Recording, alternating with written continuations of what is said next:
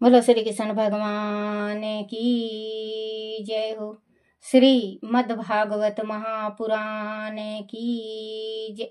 श्रीमद्भागवत महापुराण में 7वां अध्याय समुद्र मंथन और भगवान शिव का विषपान। श्री सुखदेव जी ने कहा, परीक्षित, देवताओं और असुरों ने नागराज वासुकी को वचन दिया कि समुद्र मंथन से जो अमृत प्राप्त होगा उसमें से उसे भी हिस्सा दिया जाएगा। तो वह तैयार हो गया। उन्होंने वासुकी नाग को मंदराचल में लपेट कर बड़े उत्साह के साथ समुद्र मंथन आरंभ किया। भगवान अजित देवताओं को लेकर वासुकी के मुख की ओर जा खड़े हुए। इस पर दैत्यों ने कहा, हम पूंछ की ओर से सांप को नहीं पकड़ेंगे, यह अंग अशुभ माना जाता है। इस पर भगवान अजित ने वासुकी का मुख छोड़ दिया और देवताओं के साथ जाकर पूंछ पकड़ ली। दैत्यगण वासुकी के मुख की ओर आ गए। समुद्र मंथन प्रारंभ हो गया, परंतु नीचे कोई आधार न होने के कारण और मंदराचल का भार अधिक होने की वजह से वह समुद्र में डूबने लगा। दैत्यों को लगा कि यह तो सारा आश्रम ही व्यर्थ हो गया। उनका मन टूटने लगा। तब भगवान अजित ने एक विशाल कच्छप का रूप धारण किया और समुद्र में प्रवेश करके मंदराचल को अपनी पीठ पर उठा लिया। देवताओं और असुरों ने देखा कि मंदराचल ऊपर उठ आया है, तो वह फिर से समुद्र मंथन के लिए उठ खड़े हुए। जब असुरों और दैत्यों ने मंदराचल को समुद्र मंथन के लिए घुमाना आरंभ किया, तो वह विशाल कच्छप बने भगवान की पीठ पर घूमने लगा। भगवान ने देवताओं और असुरों की शक्ति को बढ़ा दिया ताकि वह थक कर रुक ना जाएं। फिर उन्होंने अपने विष्णु रूप को मंदराचल के ऊपर शीतल कर दिया। बच्चों, जभी से ये समुद्र मंथन हुआ है, उसके बाद से ही ये दही मंथन होता है, जो घी निकलता है। हम दूध का दही बनाते हैं, दही जमा देते हैं, दही से फिर हम उसको भिगोते हैं। तो अगर हम रुक के उसको मथेंगे, रुक के, तो इतना घी मक्खन नहीं आएगा उसमें। लगातार अगर हम एक साथ मथें तो उसमें से मक्खन जल्दी आता है। और अगर दही को मथ के आपने 2 घंटा के वास्ते छोड़ दिया तो दही और मक्खन खटास मान के ज्यादा मक्खन नहीं निकलता तो थोड़ा मक्खन निकलता है। जब से ये मक्खन दही बिलोना चालू हो गया है, रुक ना जाए। फिर उन्होंने अपने विष्णु रूप को मंदराचल के ऊपर स्थल कर दिया, जिससे पर्वत अधिक ऊपर ना आ जाए। उस समय आकाश में ब्रह्मा, शंकर और इंद्र विभिन्न गंधर्वों के साथ भगवान की स्तुति और पुष्पों की वर्षा करने लगे।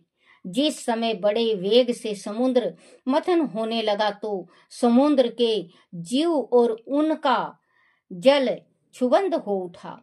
नागराज वासुकी के मुख से भयंकर विष की ज्वालाएं निकलने लगी। उनके धुएं से असुर काले पड़ गए और निस्तेज होने लगे।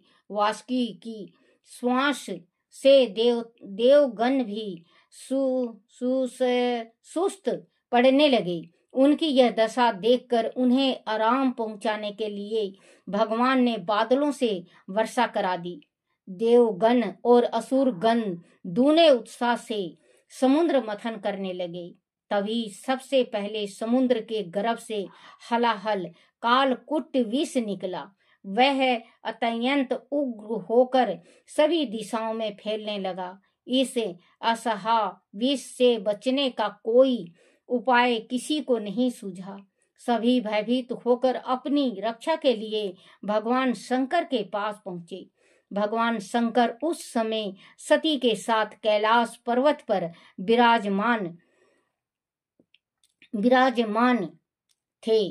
प्रजापति लोकपालों ने उनसे विनती की कि इस कालकूट विष के प्रभाव से वह ही उन्हें बचा सकते हैं।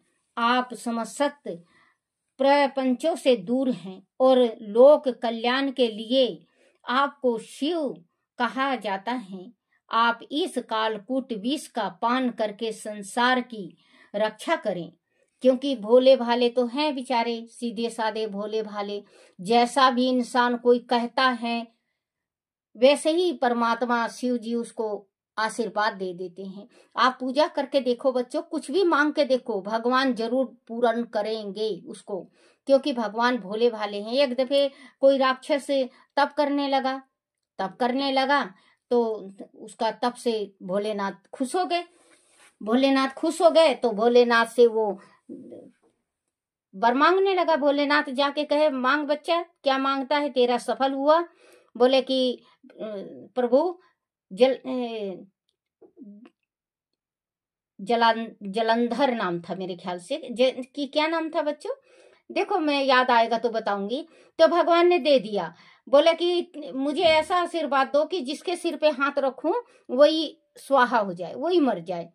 तो भगवान ने कहा यमस्तु, भगवान ने आशीर्वाद दे दिया। अब वो राक्षस कहने लगा कि मुझे कैसे विश्वास होगा कि मैं जिसके सिर पे हाथ रखूंगा वो मर जाएगा। बोले फिर मैं तो आपके सर के ऊपर हाथ रखूंगा, क्योंकि भोले भाले वर देते वक्त सोचते नहीं है।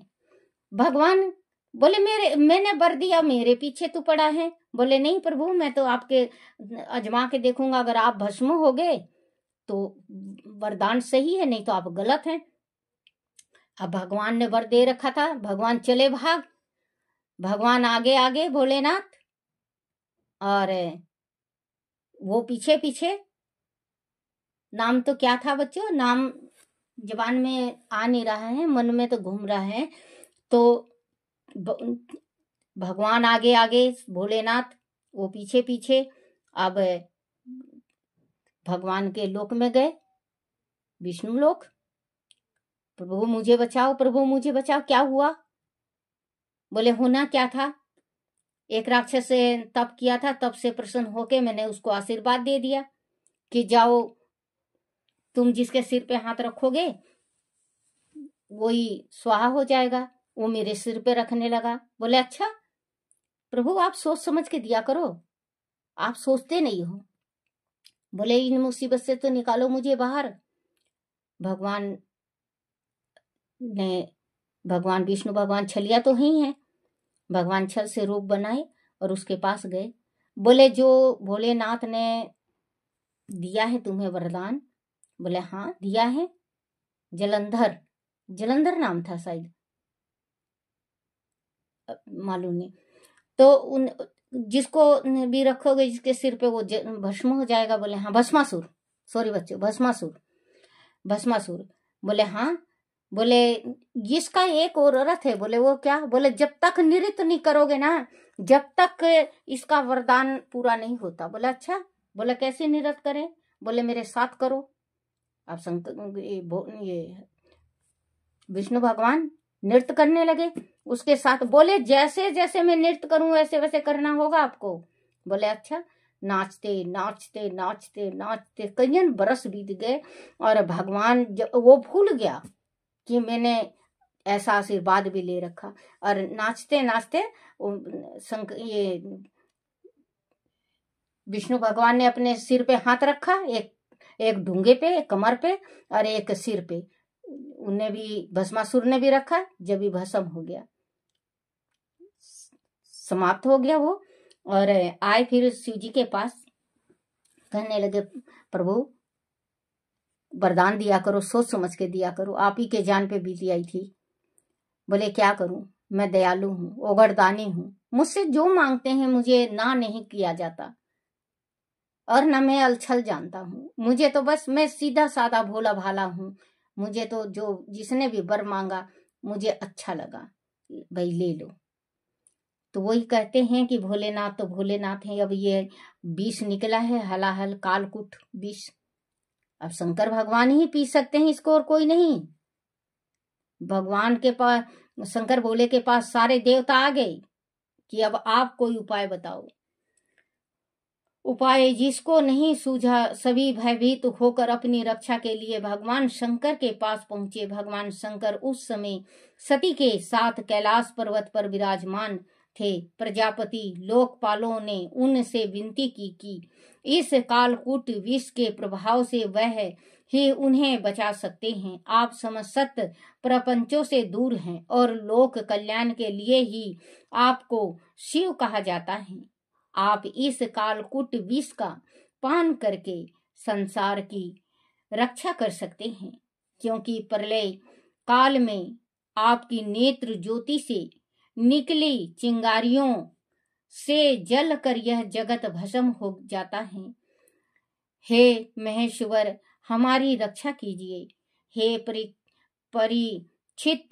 परीक्षित, लोकपालों द्वारा इस प्रकार भगवान शंकर से प्रार्थना की गई तो उनका हृदय द्रवित हो उठा। देखो कितने सीधे और कितने भोले हैं। मैं कह रही ना कि जो भी इनसे कुछ मांगता है उनको तुरंत भोलेनाथ देते हैं। बच्चों, कभी भी अपने जीवन पे भरोसा नहीं करना चाहिए। जीवन कब दगा दे जाए। कभी दौलत पे घमंड नहीं करना चाहिए। धन कब हमारा हरण हो जाए। कभी जन पे घमंड नहीं करना चाहिए। परमात्मा किस वक्त में थप्पड़ मार जाए। जरजोरू जमीन का मत ना करिए अभिमान रे, मत ना करिए अभिमान रे। तीन चीजें ऐसी होश ये, लड़ा दे मैं भाई भाई के, जानने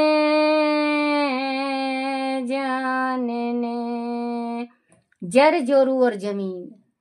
जर का मतलब होता है धन, जोरू का मतलब होता है स्त्री, और जमीन तो धरती खेत बाड़ी। भाई भाई में लड़ा दे, जिंदगी कर दे तबाह, क्योंकि भाई भाई का खून हो जाता है इन तीन चीजों से। कभी भी इंसान को ये तीन चीज का कभी घमंड नहीं करना चाहिए। कभी जिसने भी किया तीन चीज का घमंड, रावण ने किया, रावण नहीं रहा, क्योंकि रावण को बहुत अभिमान था सोने का लंका।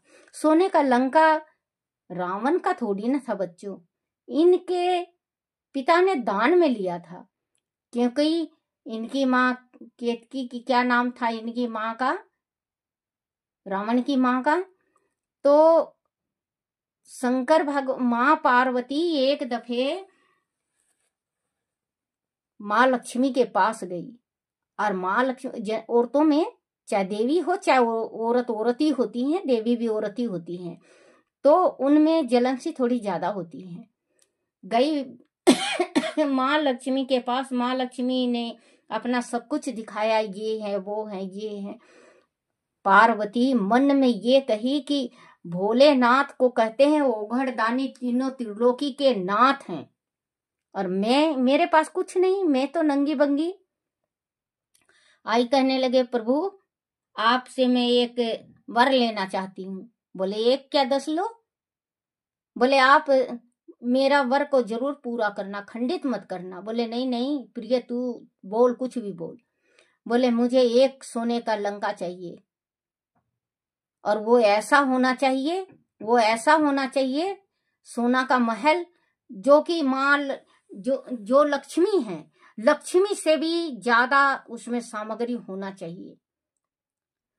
बोले बनवा तो दूं, एक नहीं मैं 10 बनवा दूं प्रिय तेरे वास्ते, लेकिन किस्मत में हमारे है नहीं, हम ओघड़दानी हैं, हमें भूतनाथ कहा जाता है। शमशान घाट के हैं। शमशान घाटी हमारे नसीब में नहीं है। मैंने पहले कहा था आपसे कि आप कोई राजकुमार को देख के शादी कर लो, क्योंकि मैं भिखारी हूं।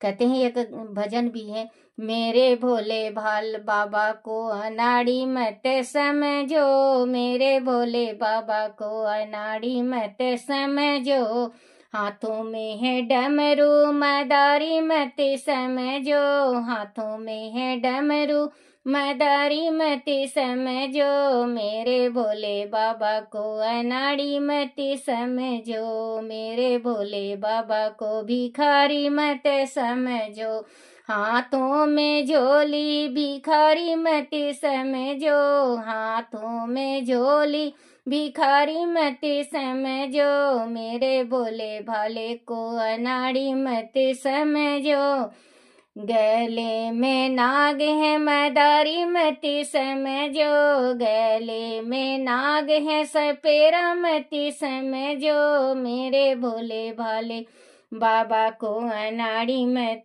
समझो, अनाड़ी मत समझो, खिलाड़ी मत समझो, अनाड़ी मत समझो, भिखारी मत समझो, मेरे भोले बाबा को अनाड़ी मत समझो। क्योंकि बाबा भोले भाले बाबा बहुत सीधे, बहुत सरल, बहुत भोले, बहुत भाले बाबा पल में ही संकट काट देते हैं। पल में मन से मांग के देखो भोलेनाथ को। तो कहे, बोले कि नहीं, मैंने कुछ नहीं सुनना चाहती। माँ पार्वती कहने लगी, मुझे तो बस जो मैंने कहा वो कहो, करो, नहीं तो मैं रूठ के बैठी। अब पार्वती की इच्छा थी, दोनों चल पड़े, श्रीलंका पहुंचे। जमीन अच्छी लगी उनको, उन्होंने सोना का लंका बनवाया। उनको क्या बस कहना था, उनसे जो बनाते हैं, क्या तो नाम है उनका, क्या नाम तो है, उन्होंने कहा, बोले कि ऐसा बनाना कि जो इस संसार में तीनों लोक में ना हो। बनाया गया। अब पुरोहित रावण के पिता थे, और रावण की माता राक्षसी थी। उसके मन में लालच आ गई। वो सवेरे रात को कहने लगी, बोले कि गुरु दक्षिणा अगर भोलेनाथ कहें तो आप लंका मांग लेना, और कुछ नहीं चाहिए मुझे गिफ्ट में दो। तो बच्चों, लंका शिवजी ने बनवाया था। फिर लंका रहा भी नहीं शिवजी के पास। माँ पार्वती ने श्राप दिया। जिस टाइम भगवान भोलेनाथ कहे, बोले कि गुरु मांगो, गुरुजी आप, बोले सोने का लंका दे दो, यही दान में दे दो जिसका हवन पूजा पाठ कराया है। पार्वती ने श्राप दिया, बोले जा, तेरे 1.25 लाख नाती 1.25 लाख पोता रहेंगे, तेरे घर में जोत बाती नहीं जलेगी। जब भी कहते हैं रावण के घर में 1.25 लाख पोता 1.25 लाख नाती, जिसके घर में जले दीवाना बाती, उसके घर में दीवा बाती नहीं जला था। माँ पार्वती का श्राप था। तो कहते हैं श्राप कभी नहीं लेना चाहिए, माँ का, खुद की माँ का भी नहीं लेना चाहिए। क्योंकि भगवान एक दिन सोचे, मैं कहाँ कहाँ जाऊं, दुनिया तो बना दिया ब्रह्मा जी ने, मुझे पालनहार है, मैं पालूं या देखूं, कोई बच्चा गिर रहा है, कोई कुछ कर रहा है, कोई कुछ कर रहा है, कोई कुछ कर रहा है। भगवान ने फिर माँ बनाया, क्योंकि भगवान के भी माँ बनी, और माँ गुरु है, माँ ही गुरु है, माँ है, माँ जगत को तारने वाली है। क्योंकि अगर भगवान तो जैसे भगवान है, अब भगवान हम बड़े हो चुके हैं, हमारी इच्छा है, हम भगवान शंकर को मानते हैं, हनुमान जी को मानते हैं, गणेश को मानते हैं, लक्ष्मी को मानते हैं, दुर्गा, वैष्णो, काली, महामाया, शीतला, समलेश्वरी, ये हमारी इच्छा से हम मानते हैं ना, हमने बनाया है कि हम इसको मानेंगे। लेकिन हमारी माँ और पिता ने हमें बनाया है। जो आज हम चल रहे हैं, फिर रहे हैं, खा रहे हैं, पी रहे हैं, सो रहे हैं, जो हमारे शरीर के रूंग रूंग में है, वो हम अपने माँ के गर्भ से ही लेके आए हैं। उस माँ को आप ठोकर मारते हो, उस माँ को आप धक्का मारते हो और आप कुल देवी पे पूजा करने जाते हो। आपका कुल देवी का कोई पूजा का महत्व तो है ही नहीं। आप पाप के भागी बन के आए हो। बच्चों, आप कभी भी आजमा के देख लेना, आपकी कुल देवी बुला रही है, आपकी माँ बीमार है, माँ का सेवा करो और कुल देवी से प्रार्थना कर लो, हे मेरी शक्ति माँ, मेरे यहीं से आप आया प्रार्थना कर और मेरी माँ को ठीक हो जाने दे और मैं जरूर आऊंगा माँ को भी लेके। आपकी माँ की तबीयत बिल्कुल 100%, 100 क्या 110% ठीक हो जाएगा आपकी माँ की तबीयत। माँ भगवती को पता है कि अपने जन्मदाता माँ के सेवा कर रहा है वो बच्चा। और जो बच्चा सेवा करता है, जो बच्चा पैर दबाता है अपनी माँ का, उस बच्चे के ऊपर चाहे कितनी बड़ी मुसीबत हो, फूल के जैसे निकल जाती है। जैसे हवा झोंका मार के शरीर में एक दफे आएगा तो शरीर लेकिन चला जाएगा।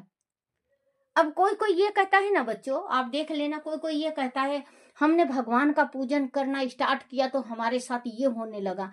आप उस पूजा को छोड़ के आप पिछला अपनी हर एक किस्सा याद करो कि क्या क्या हुआ है। आप पूजा नहीं करते थे उस टाइम की। आप ये सोचो कि पूजा कर रहे हो, अगर हो रहा है तो आपका पाप कट रहा है, आपका पाप कट रहा है। ये मत सोचा करो कि भगवान को हम, कोई कोई कहता है भगवान का आज जोत जलाए, मेरा ये कार्य बिगड़ गया, मैं अब जलाता ही नहीं।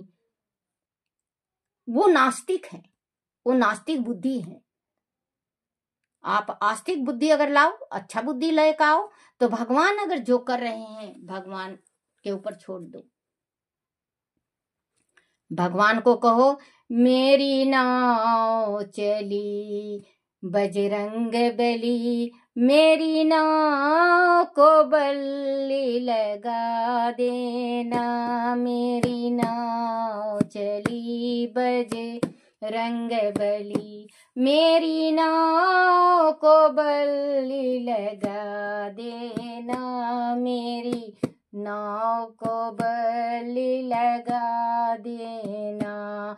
बीच भंवर में नैया डोली, बीच भंवर में नैया डोली, राम को पास बुला देना, नाव चली बजरंग बली, मेरी नाव को बल्ली लगा देना। एक तिनके का तेरा सहारा, एक तिनके का तेरा सहारा, परले पार लगा देना, नाव चली बजरंग बली, मेरी नाव को बल्ली लगा देना। कहते हैं मेरी नाव चली बजरंग बली, मेरी नाव को उस पार लगा देना, बीच भंवर में डोली नैया, श्री राम को पास बुला देना। क्योंकि श्री राम पास में है तो नहीं बिगड़ सकता कुछ। क्योंकि बहुत पाप किया हूं प्रभु, मैं बहुत पाप किया हूं, लेकिन मैं उस पार जाना चाहता हूं, उस पार जाना चाहता हूं प्रभु, मुझे उस पार पहुंचा देना। तो भगवान भजन बहुत अच्छी अच्छी भजन है, बहुत अच्छे अच्छे सोच हैं, बहुत अच्छे अच्छे चीज हैं। अगर हम माने तो, हम मानते ही नहीं किसी चीज को। मानना चाहिए, जो हमारा शरीर मांगता है उस टाइम तो देना ही नहीं चाहिए। 40 के बाद, सच्ची बात कह रही हूँ बच्चों आज मैं, 40 के बाद अगर आपका मन कर गया लड्डू मट्ठा खाने को, उस दिन मत दो, दूसरे तीसरे दिन दो। क्योंकि अगर आज खा लिए आप, आज मांगा मुंह और आज ही खा लिए, तो आदी हो जाओगे आप। आजकल के पुतों का, बच्चों का आपको पता है कि एक दिन खिला देंगे, 10 दिन का ताना मारेंगे कि आप तो ये खाते हो, ये खाते हो, ये खाते हो। इससे अच्छा किसी ने ये कहा था, देखो बच्चों, हमारे गुरुजी हैं, हमारे गुरुजी को कभी चटपटा सब्जी खाने का मन कर गया, चटपटा सब्जी खाने का मन कर गया, तो हमारे गुरुजी ने सब्जी में पानी डाल के मिला के खाया। बोले जीभा, तू आज चटपटा मांग रही है, कल मीठा मांगेगी, परसों और कुछ मांगेगी। जीभा से ही तो शरीर बिगड़ता है। तो बच्चों, इस जीभ से ही शरीर बिगड़ता है। जैसे खाओ खानी, वैसे देव बानी, जैसे पीना पानी, वैसे गाओ बानी, वैसे बोलो बानी। क्योंकि जैसे पानी पियोगे वैसे बानी बोलोगे। से जल कर वह जगत भस्म रक्षा कर सकते हैं, क्योंकि प्रलय काल में आपकी नेत्र ज्योति से निकली चिंगारियों से जलकर वह जगत भस्म हो जाता है। हे परमेश्वर, हमारी रक्षा कीजिए। हे परीक्षित को लोकपालों द्वारा इस प्रकार भगवान शंकर से प्रार्थना की गई तो उनका हृदय द्रवित हो उठा। उन्होंने लोक कल्याण की इच्छा से अपने वेग बल से उस कालकूट विष को खींच लिया और उसे पी गई। वह विष एक प्रकार से जल का पाप अथवा मल था। उसे पीने से भगवान शंकर का कंठ नीला पड़ गया। इससे लोग उन्हें नीलकंठ नाम से पुकारने लगे। राजन, परोपकारी सज्जन प्रजा का दुख टालने के लिए प्रेत स्वयं ही दुखों को झेल लेते हैं। भगवान शंकर ने भी यही किया। उनका ऐसा चमत्कारी और एक बच्चों और है इसमें, जो इन्हें भगवान ने, भोलेनाथ ने जो जल पिया था, जो अब हम लाते हैं कावड़, तो कावड़ उसी टाइम से चालू हुआ है। सबसे पहले ब्रह्मा जी गंगा जी से कावड़ लाके और भगवान के ऊपर चढ़ाए थे। कल्याणकारी अद्भुत कर्म सुनकर संपूर्ण प्रजा दक्ष सुता सती ब्रह्मा जी और स्वयं भगवान विष्णु भी उनकी प्रशंसा करने लगे। जिस समय भगवान शंकर विष पान कर रहे थे, उसी समय उनके हाथ से थोड़ा सा विष छलक कर धरती पर टपक पड़ा। उसे बिच्छुओं, सांपों और विषैले जीवों ने ग्रहण कर लिया। तभी से वह जहरीले हो गए हैं। बोलो शिव पार्वती की जय हो। बोलो श्री कृष्ण भगवान की जय हो। हे मेरे कृष्ण भगवान, हे मेरे भोलेनाथ, कोई गलती हो जाए, कोई टूटी रह जाए, कोई भूल हो जाए, मुझे क्षमा करना, क्षमा करना, क्षमा करना। बोलो श्रीमद् भागवत महापुराण की जय हो।